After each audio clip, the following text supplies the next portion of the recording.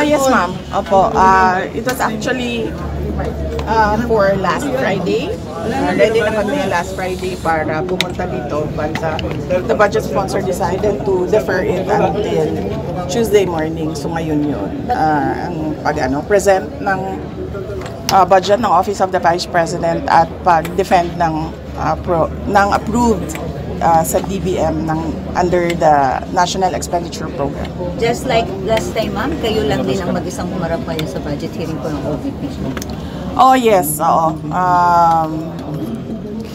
Nag-usap kami ng mga kasamahan ko sa Office of the Vice President and syempre lahat ay apprehensive pa sa nangyari noon sa mga personnel. Nangyari noong committee hearing sa House of Representatives sa mga personnel ng Office of the Vice President na ang daming kinabahan, ang daming nagka-anxiety, ang daming nagkasakit. So sinabi ko sa kanila na it is best kung ako na lang yung aharap sa budget hearing ng Office of the Vice President. Next question, Marian. VP, yung 7.4 million pesos po na binanggit nyo, security personnel po, na public funds po ba galing? Yes. Oo. Napakaklaro nun, no, na wala akong ginamit para sa akin, para sa Vice President, na pera ng gobyerno para sa mga biyahe ko overseas. Ang merong china-charge sa Office of the Vice President ay yung security at decision yon ng Armed Forces of the Philippines kung magpapadala, ilan at kung sino. At yung pangalawa ay yung sa Office of the President, Office of the Vice President personnel na sumasama kapag meron akong events at activities for the Office of the Vice President. Ma'am, you were given an option earlier kung na pwede niyo i-waive yung parliamentary immunity, but you opted to answer the questions anyway. Why po? Yes, oo. Ano nga ba yun? Meron silang tradisyon. According to the House of Representatives, meron silang tradisyon na hindi na nag-hearing ang budget ng Office of the President at Office of the Vice President. Pero kanina tinatanong ako kung i-waive ko ba yung tradisyon na yon nila, no? The privilege, yes. And sinabi ko na i-waive ko yung privilege na wala nang tanong sa budget ng Office of the Vice President. Ma'am? Last two questions, Red. Ma'am, were you expecting yung mga confidential fund questions and yung mga questions about your travel doon sa mga lawmakers na galing sa Makabayan Block? Were you expecting it already? Yes, oo. Madami kaming mga in-expect na mga tanong pero dalawa lang yung nilabas nila, no? Yung tanong sa confidential funds na sinabi ng defense lawyers na huwag sagutin kasi meron silang defense strategy na hindi dapat malaman. Ma'am, pero yun nga ma'am, you expected po ma'am na parang dalawa lang yung Makabayan pero yung minority po ma'am had to offer your privilege, parang nirespect nila na hindi nila sila magtatanong. So ano po reaction po niyo na yung almost all of the minority block po ma'am hindi na rin po nagtanong aside from ng Makabayan? Hindi ko naintindihan yung tanong, sorry. Pakiulit. Kasi po ma'am, kasi na parang minade na rin po ng minority, hindi na po nagtanong yung almost lahat ng minority, members ng minority sa inyo. Of course, majority expected na hindi na magtatanong. Yung minority din po, hindi po nagtanong sa inyo, ma'am. So, ano po yung reaction po ninyo na parang dalawa lang sa minority, yung Makabayan Block lang nagtanong and hindi lahat yung ng minority members, ma'am? Wala akong feelings or reaction sa doon. Ma'am, why do you think the House question. Appropriations Panel extended parliamentary courtesy to you this year? Because last year nga po, medyo nagkaroon ng intense scrutiny over your over alleged secret fundraising. Why do you think? Hindi ko alam. You have to ask the House of Representatives kung anong iniisip nila. Ma'am, kanina you mentioned that you were last question answering kasi subject minsan lang tayo nagaganito. subject of an impeachment trial po. Ma'am, are you still expecting na matutuloy siya or are you still preparing your defense? Oh yes, kasi kung hindi man yan matuloy ngayon, 2025, I'm sure mag-file yan 2026, mag-file yan 2027, or even siguro 2028, right before the presidential elections. So, this is all about the presidential elections of 2028. Ma'am, how do you react to criticisms about your travel expenses when you don't bring home po travel investment pledges?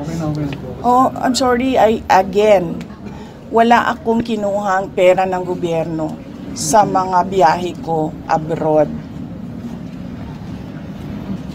Okay. Ma'am, babalik kayo sa plenary deliberations. Babalik po kayo sa plenary deliberations. So, support po ba kayo kay Kong Jose Alvarez sa plenary deliberations ng budget niyo? Ay, pinag-iisipan ko kasi naaawa ako sa kanya eh. Naawa ako kasi he's already 81 years old, and kanina, nasistress na siya. Kaya pinapatawa ko. Palihog, ma'am, kamusta po? Tingnan natin kung nandyan pa yung awa ko sa kanya by the time na schedule na ng plenary. Ma'am, si PR Marian? po kanina, ma'am, binabanatan ka, or medyo mas mabait sila sa'yo this time. Kasi yung word kanina ka nag-react sa Banat yun. Banat talaga yun. Maganda lang magsalita. Magaling lang magsalita yung dalawang nagtatanong. Hindi sila tulad nung dati na ano bang description ng paano yung mga Magtagulan. It was just, more tame this time. Oo, kasi, 'di ba? Hindi naman sila nagtatanong about sa budget eh. Nagtatanong sila about sa confidential funds at sa travel. Eh sinabi ko na nga wala naman akong kinuhang pera ng gobyerno para bumili ng ticket, humingi para sa hotel, para sa representation per dime. Wala naman akong kinuha sa gobyerno eh. Ma'am, were you expecting an atmosphere a while ago na gano'n na magiging scenario, or you prepared for a more intense sagutan sana kung sakali? Were you surprised na gano'n lang kanina? Far from the last time you were here? Oo. Hindi lang yun naging intense kasi hindi ako bumanat. Last time kasi, bumabanat ako kaya naging intense siya. So kanina, naisip ko, pamanatan ko ba ito sila o hindi? Why, ma'am? Ba't nga po? Naaawa ako kay Congressman Pepito Alvarez kasi he's 81 years old, and I do not think that he can handle the stress of an intense and heated budget hearing. Marian? PRRD, kamusta po? Tumawag siya last Friday. Monday ngayon. Hindi siya tumawag kahapon. No, it's Tuesday now, ma'am. Last Friday siya tumawag. He's okay. Paano okay? Can you elaborate ba? He's okay. Nag-usap kami about politics. Nag-usap kami about flood control. Nag-usap kami about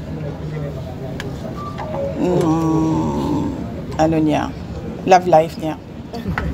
So updated po siya sa mga nangyayari ngayon, like nabanggit niyo nga po flood control issue. Ano pong nasasabi niya?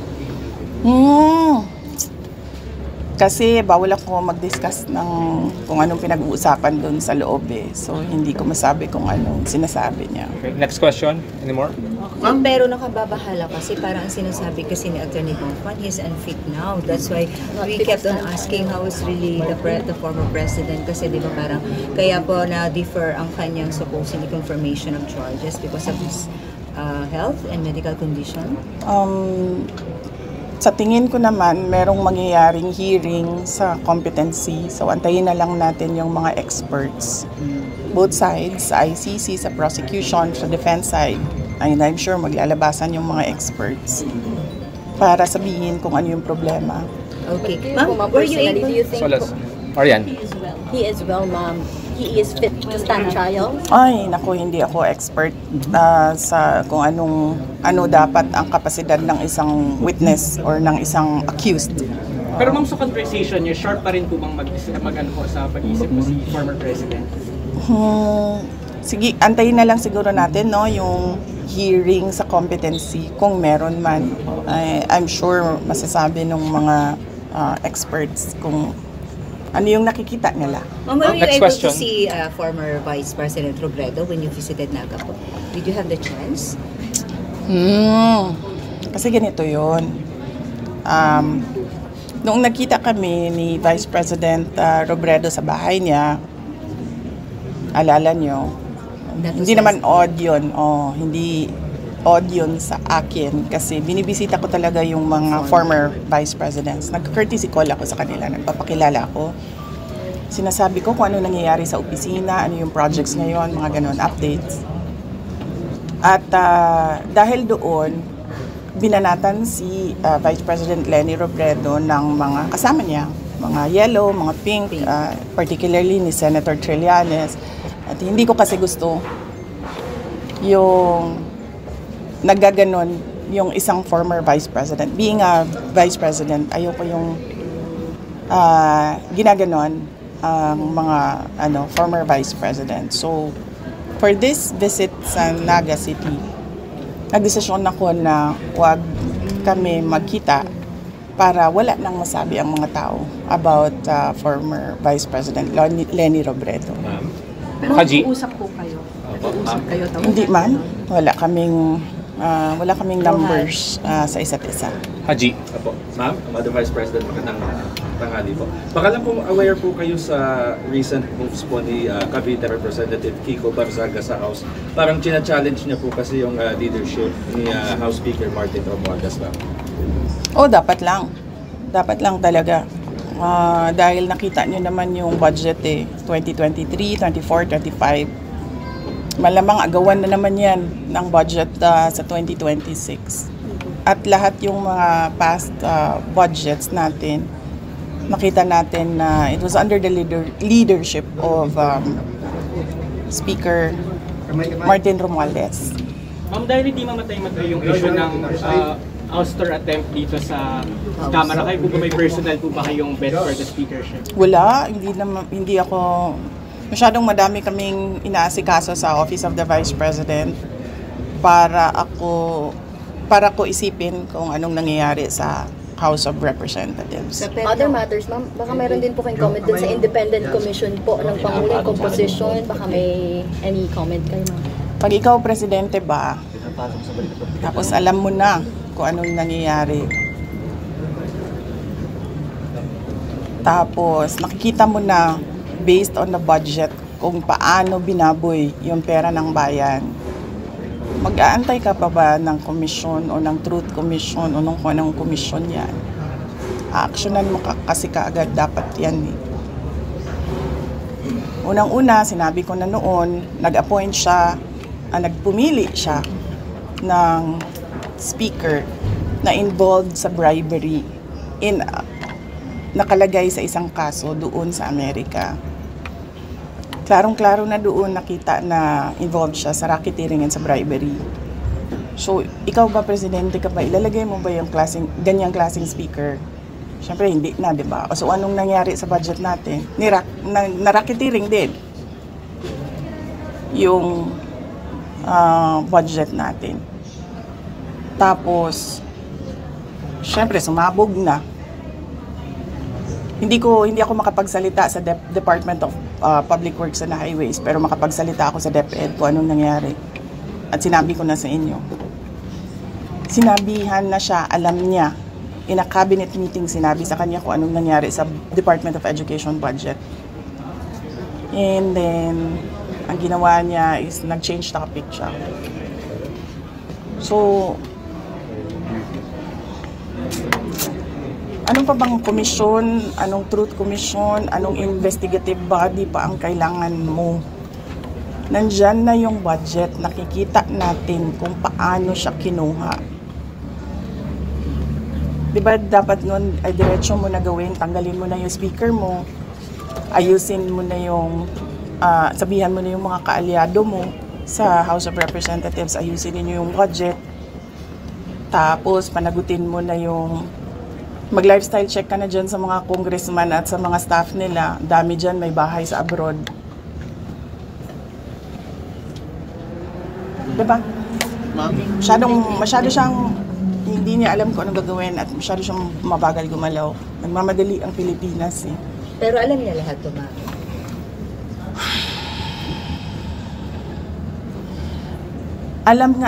Alam nga nung bata na nakikinig lang at nanonood lang ng balita at nagbabasa lang ng budget. Presidente pa, hindi niya alam. Pero ma'am, di ba too little too late na po ba yung ginawa ni BBM, and of course, dapat po ba talagang kasuhan na si Speaker and si Sandy po sa mga ginawa nila? Actually, hindi na nga siya too little too late eh. Nothing na nga siya eh. Nothingness na ang ginagawa ngayon. Ma'am, kaso, the Speaker was your campaign manager in 22. Were you not aware of these issues before? Hindi naman siya naging speaker noon eh. Ay, hindi, ma'am. I mean yung bribery po, kasi na-mention niyo yung bribery, alleged bribery. Were you not aware during the 22 campaign? I do not remember the exact time kung kailan ko nalaman yung case doon sa United States kung saan nabanggit yung pangalan niya sa pagtatanggap ng bribery for the cases that were filed here in the Philippines. Pero hindi naman kasi ako ang pumipili ng speaker eh. Ang pumipili ng speaker ay ang presidente. At naging campaign manager lang naman siya by default eh kasi siya yung president ng partido ng Lakas. Ma'am, yung upo Any more questions? po sa Senate, ma'am. Senate po, ma'am. Sa Senate. Ano naman? Hindi naman tapos yan. Meron na namang Sinabi niya ni SP kahapon, napaka na lang daw ito ng minority. Kaya medyo napikong si Senator Bato. Nagkaroon ulit ng heated argument yesterday. Hindi ko rin sinusundan kung anong nangyayari sa Senate. Pero nandun ako bukas, sabihan niyo yung mga kaibigan niyo sa Senate. Hindi for budget hearing. Meron lang akong bibisitahin na senador. Sino po, ma'am? Ay, hindi ko pala banggitin yun kasi baka tumagal ako doon. Mamadali ako. May isa lang. Si Senator Amy? Amy, ma'am. Hindi. Hindi si Senator Amy. Senator Amy, katext ko yan araw-araw. Senator Robin. Hindi si Senator Robin. Magkikita kami sa rally sa Japan. May rally kami doon. Ay, tuloy yun, ma'am, yung 20 at 21 po. All right, sa bago na tuloy kayo. Thank you. Thank you very much, Thank you. Vicky.